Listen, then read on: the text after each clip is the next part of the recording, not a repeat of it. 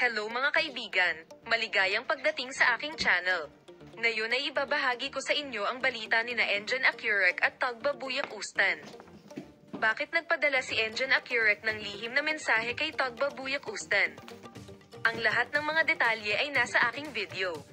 Bago simulan ang aming video, huwag kalimutang mag-subscribe sa aking channel, i-like at ibahagi ang aking video. Tulad ng alam mo, sina Engin Akyurek at Tagba Buyak Ustan ang gumanap sa mga nangungunang papel sa sikat na serye sa TV na Kara Para Us. Nang matapos ang serye, nagkaroon ng alingaw sa pagitan ng dalawa, ngunit pareho silang itinanggi. Gayunpaman, kamakailan ay inaangkin na si Engin Akyurek ay nagpadala ng isang lihim na mensahe sa Tagba Buyak Ustan sa social media. Kaya bakit ang mga mensaheng ito? Sabay nating tingnan.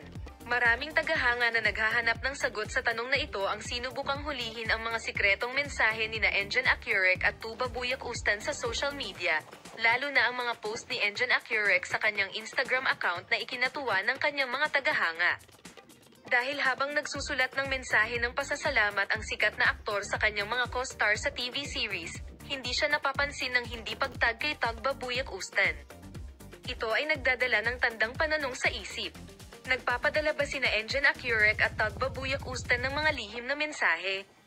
Ang fan theory na ito ay kung saan gumawa si Engin Akyurek ng maraming paratang sa kanyang mga pinakabagong post, kung saan nagbahagi ang sikat na aktor ng frame mula sa huling episode ng serye sa kanyang Instagram account. Sa ganitong kapaligiran, nakitang magkahawak kamay ang mga karakter na sina Sankar at Naren. Gayunpaman, naglagay lang ng heart emoji si Engin Akyurek sa ilalim ng post na ito at hindi nagtag ng Tagba Buyak Ustan. Ang sitwasyong ito ay ikinagalit ng mga tagahanga at nag-react si Engin Akyurek.